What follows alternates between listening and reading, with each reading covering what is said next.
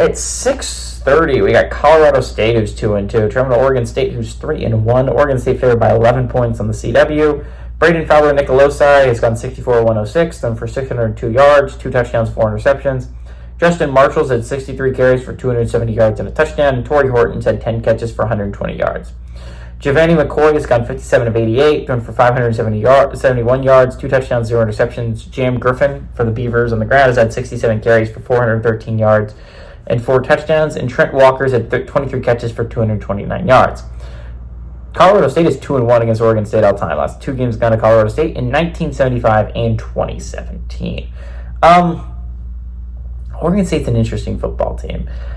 I don't know if I should be talking about them because I don't know if they have any legitimate playoff chance left. I understand the one loss probably doesn't age that poorly to Oregon, but even if you win out, it's just like, I don't know if you have the wins on your resume to make it as an at-large. And by the way, I think, again, it is hard for Oregon State and Washington State to make the postseason with a loss. They have to make it as an at-large, and it's so hard when you don't have that many Power 5 teams. And again, Power 4 teams to play in your non-conference. Again, you could have picked a worse conference than the Mountain West to tie yourselves to, right?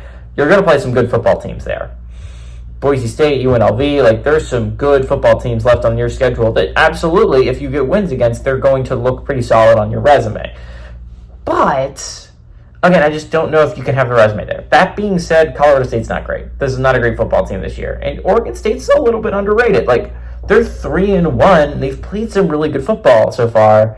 And it's been a little bit overlooked because, again, Oregon State's, number one, people forget about the Pac because, again, it's not really a conference and it's not really an independent. So it's hard to, keep reminding yourselves that these teams exist. And by far, Oregon State's been the least interesting of the two, right? Washington State has looked really good. And now they took a bad loss against Boise State last weekend, but honestly, Boise State's a really good football team.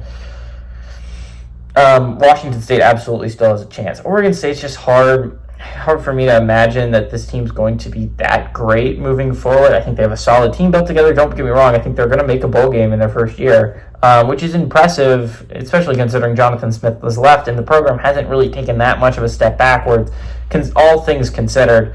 That being said, Oregon State's a much better football team than Colorado State. Colorado State's not a great football team. Oregon State's a pretty solid football team. They're still at the Power 4 level. They still have the Power 4 funding. They still have Power 4 quality players. They're going to be Colorado State.